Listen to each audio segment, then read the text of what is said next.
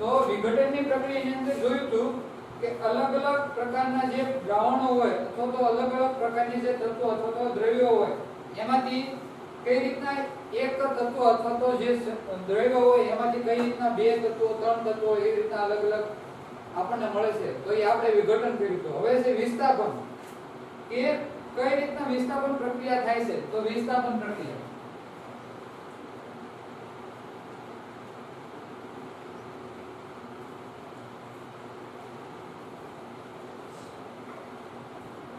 એની અંદર એક પ્રવૃત્તિ છે કે આ પ્રવૃત્તિની અંદર કઈ રીતના કરવાનું છે કે અલગ અલગ અસનળી કેટલી બે લેવાની છે A અને B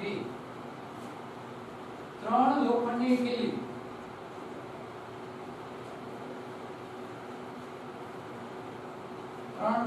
કીલી લેવાની છે. પછી બીજું છે કોપર સલ્ફેટનું દ્રાવણ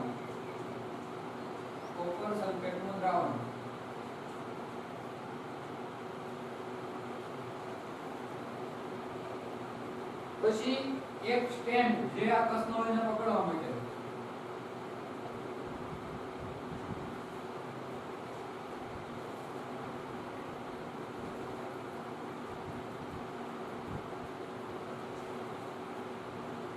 એક છે દોરો. હવે કઈ રીતના કરવાનું છે એક કસનળી લેવાની છે એની અંદર બે લોખંડની કીલી નાખવાની આ લોખંડની કીલીને દોરા વડે બાંધી રાખવાની પછી આ જે કસનળી છે એને સ્ટેન્ડ સાથે જડી દેવાની એ સ્ટેન્ડ વડે પકડી રાખવાની.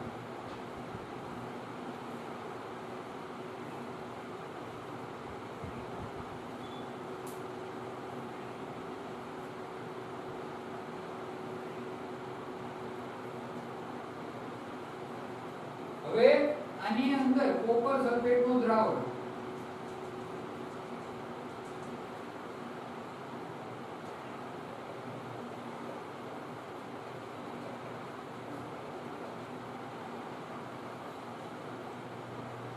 ઉમેરવામાં આવે છે. આ છે કસનળી પછી આ લોખંડની કીલી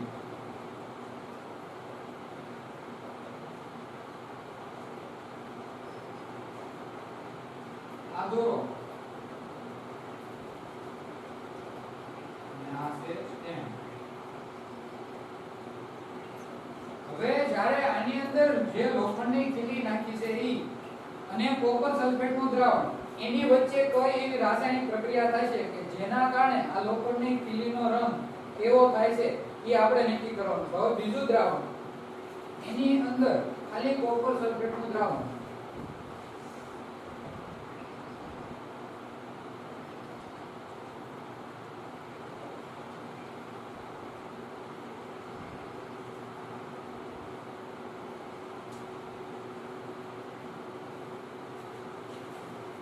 આ છે એને A કસનળી કહી દે અને આને છે B કસનળી. હવે જ્યારે આની વચ્ચે રાસાયણિક પ્રક્રિયા થાય છે ત્યારે એક તો કોપર સલ્ફેટ CuSO4 અને લોખંડની કીલી એટલે Fe આયર્ન આ બંને વચ્ચે શું થાય રાસાયણિક પ્રક્રિયા થાય જેના કારણે જે લોખંડની કીલી છે અથવા તો આ જે ત્રણ લોખંડની કીલી લીધી એને સમકદાર કરી નાખવાની એટલે એને કાચ પેપર વડે ઘસીને પછી બે લોખંડની કીલી આની અંદર આ જે કોપર સલ્ફેટનું દ્રાવણ છે એની અંદર ઉમેરવામાં આવે છે. સાવ નીચે તળિયે અડાડી દેવાની નથી પણ લટકતી રહે એવી રીતે એને લટકાવવામાં આવે છે. તો આ જે કોપર સલ્ફેટ અને આયર્ન વચ્ચે રાસાયણિક પ્રક્રિયા થાય છે જેના કારણે જે આ સળગતી જે લોખંડની કીલી હતી અથવા તો સમકતી જે લોખંડની કીલી હતી એનો રંગ ભૂરો કલરનો થઈ જાય છે.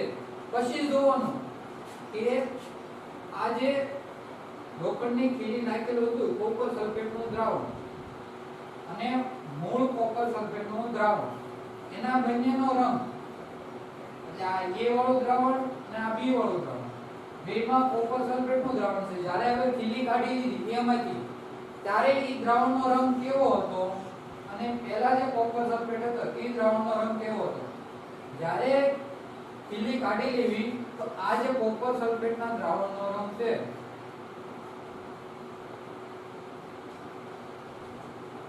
એવો આસો થઈ જાય છે. જે પહેલા જે કોપર સલ્ફેટ હતું એના કરતા આ કોપર સલ્ફેટના દ્રાવણનો રંગ એની કરતા ઝાંખો પડી જાય છે. જો એની રાસાયણિક પ્રક્રિયા હવે આ તમે બતાવ્યું છે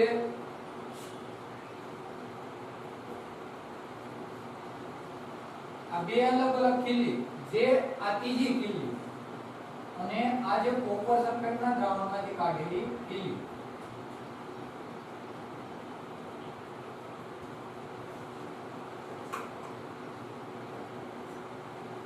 અને આ મૂળ ખીલી. હવે આના બે વચ્ચેનો રંગનો તફાવત, જો આ જે કોપર સલ્ફેટના દ્રાવણમાંથી કાઢેલી ખીલી છે એનો રંગ ભૂરા જેવો થઈ જાય છે. જ્યારે આ જે મૂળ હતી ધાતુ, જે લોખંડની ખીલી હતી એ કેવી હોય છે? સળગતી હોય છે. જ્યારે આ ભૂરા રંગની થઈ જાય છે. હવે એની પ્રક્રિયા કઈ રીતના થાય છે? Fe વત્તા કયું કોપર સલ્ફેટ CuSO4, એની વચ્ચે કેવી રાસાયણિક પ્રક્રિયા થાય છે? પહેલા આ દ્રાવણ કયું હતું? કોપર સલ્ફેટ, અને એની અંદર કયું નાખ્યું? આયર્ન, એટલે લોખંડના ટુકડા.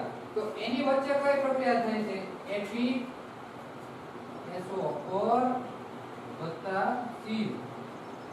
જો વિસ્થાપન પ્રક્રિયાનો મીનિંગ જ એક જો કે એકમાંથી બીજું સંયોજન બનવું, પણ મૂળ બીજી ધાતુ છે એ અલગ થાય, એને વિસ્થાપન કહેવાય. તો જો આયર્ન હતું એમાંથી કોપર સલ્ફેટ, એની પ્રક્રિયા થઈને ફેરિક સલ્ફેટ અથવા તો ફેરસ સલ્ફેટ, આપણને આયર્ન સલ્ફેટ કીધું.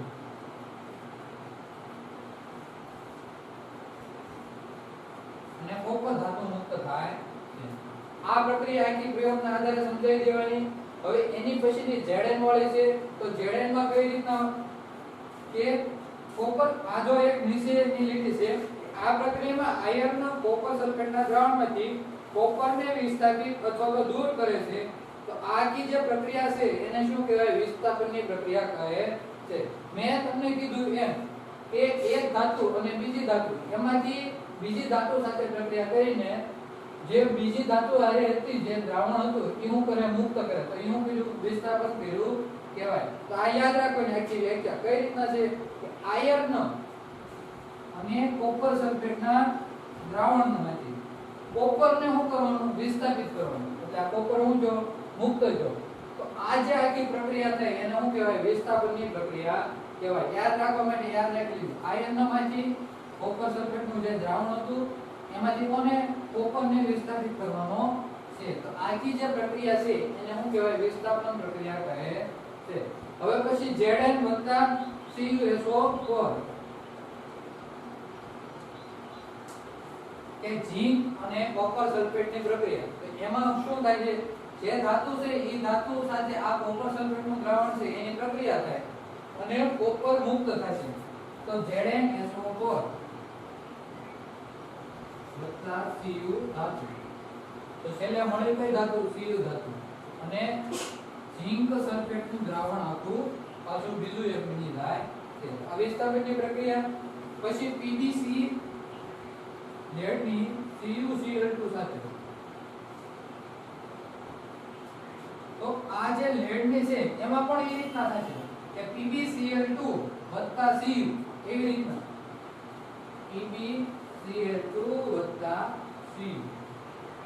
આ રીતનું થયું. લેડ ક્લોરાઇડ, કોપર ક્લોરાઇડની પ્રક્રિયા લેડ સાથે કરતા લેડ ક્લોરાઇડ અને કોપર ધાતુ શું થાય છે? મુક્ત થાય છે અથવા તો એનું વિસ્થાપન થાય છે.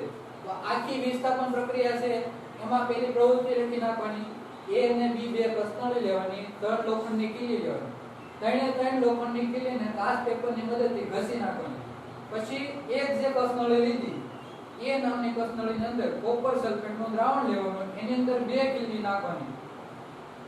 2 કીલી નાખી એને દોરા વડે શું કરવાનું? પકડી રાખવાની. હવે ઈ જ્યારે અમુક 10 મિનિટ અથવા 15 મિનિટ 20 મિનિટ એવી રીતના મૂકી રાખતા પછી કીલીને બહાર કાઢી લેવાની હવે બાય કાઢીને મૂળ ખીલી સાથે એની સરખામણી કરવાની.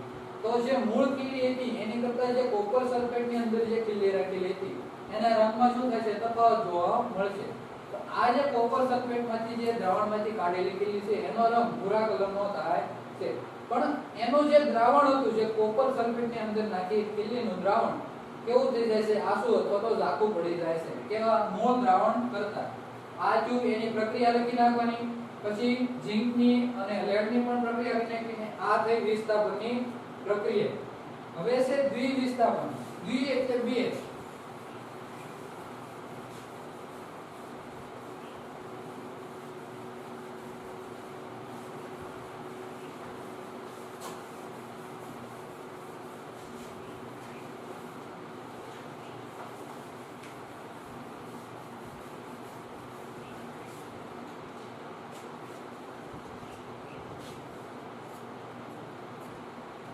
બીજું છે દ્વિવિસ્થાપન. જો એમાં પણ એક પ્રક્રિયા આપેલી છે અથવા તો પ્રવૃત્તિ. પહેલા પ્રવૃત્તિ જોઈએ કઈ રીતના છે. તો 3 ml sodium chloride sodium sulphate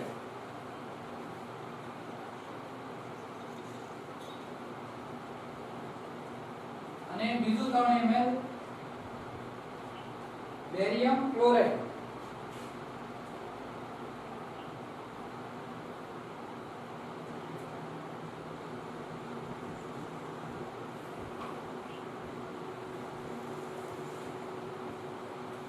બે કસનળી. હવે એક કસનળીની અંદર પેલા હું લઉં છું 3 ml સોડિયમ સલ્ફેટ.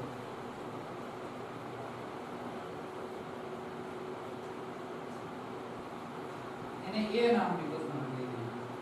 બીજી છે B નામની કસનળી. એની અંદર લેવી છે બેરિયમ ક્લોરાઇડ.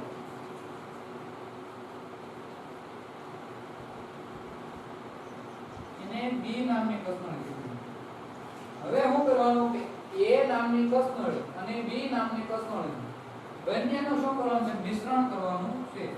તે B નામની કસનળીની અંદર A નામની કસનળીનું જે લિક્વિડ છે એ ઉમેરવાનું છે.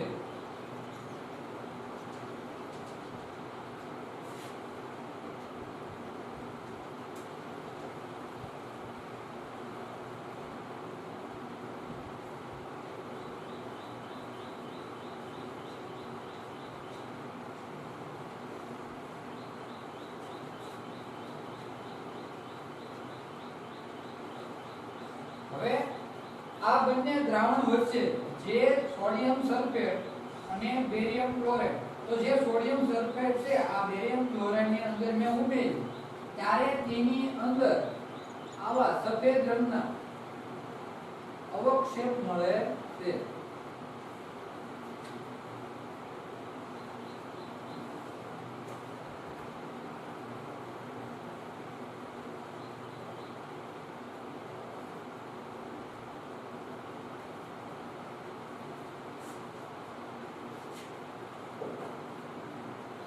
તો આને શું શું કહેવાય કે એક પ્રકારનું અવક્ષેપણ શું કહેવાય કે આપણને છે સફેદ કલરના અવક્ષેપ અથવા તો એના જે કણો મળે છે. તો આખી જે પ્રક્રિયા છે એ અવક્ષેપણ પણ પ્રક્રિયા કહેવાય છે. હવે એની આખી પ્રક્રિયા આપી છે રાસાયણિક પ્રક્રિયા, કઈ રીતના આખી રાસાયણિક પ્રક્રિયા થાય છે. તો જો પેલું Na2SO4 કયું દ્રાવણ હતું? Sodium sulphate. તો Na2SO4 વત્તા બીજું કયું દ્રાવણ? Barium chloride BaCl2. આની પ્રક્રિયા એટલે રાસાયણિક પ્રક્રિયા થાય છે. તો BaSO4 બેરિયમ સલ્ફેટ વત્તા બીજું NaCl વત્તા જો સોડિયમ સલ્ફેટ ની બેરિયમ ક્લોરાઇડ સાથે પ્રક્રિયા થવાથી બેરિયમ સલ્ફેટ અને સોડિયમ ક્લોરાઇડ મળે છે.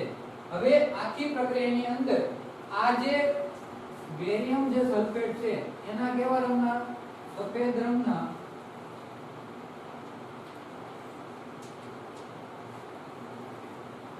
અવક્ષેપ મળે છે. આખી પ્રક્રિયાને અવક્ષેપણ પ્રક્રિયા કહે છે. હવે જે આ NaCl છે એને મીઠું કહેવાય છે એટલે સોડિયમ ક્લોરાઇડ.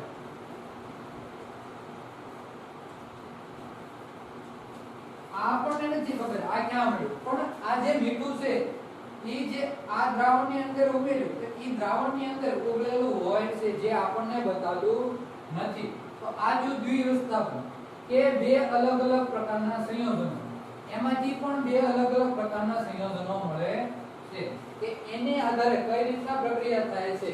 તો દ્વિવિસ્થાપનનો અર્થ બે પ્રકારનું વિસ્થાપન.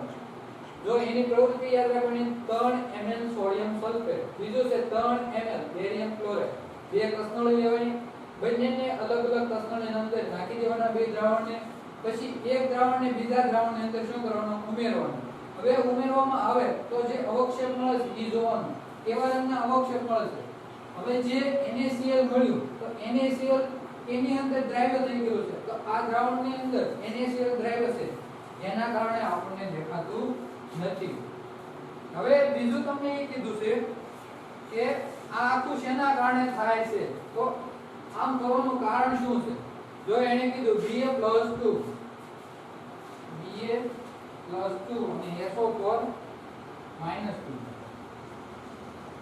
આખી પ્રક્રિયા આ જે સંયોજન બન્યું એનું આખું વિવરણ કીધેલું છે કે Ba+2 અને SO4 -2, જો આ બંને વીજભાર સમાન હોવાથી BaSO4 બન્યું છે.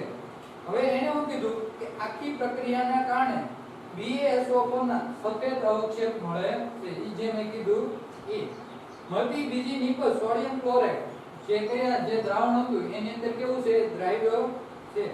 હવે આખા જે પ્રક્રિયાઓ છે એની વચ્ચે એકબીજાની અંદર આઈડીય સંયોજનોના આધારે એનું વિસ્થાપન થયું હોવાના કારણે એને દ્વિવિસ્થાપન પ્રક્રિયા પણ કહેવામાં આવે છે. તો આખી દ્વિવિસ્થાપનની પ્રક્રિયા આપણે જોઈ તે તમારે પોતે નોટબુકની અંદર આખી વ્યવસ્થિત રીતે લખવાની રહેશે.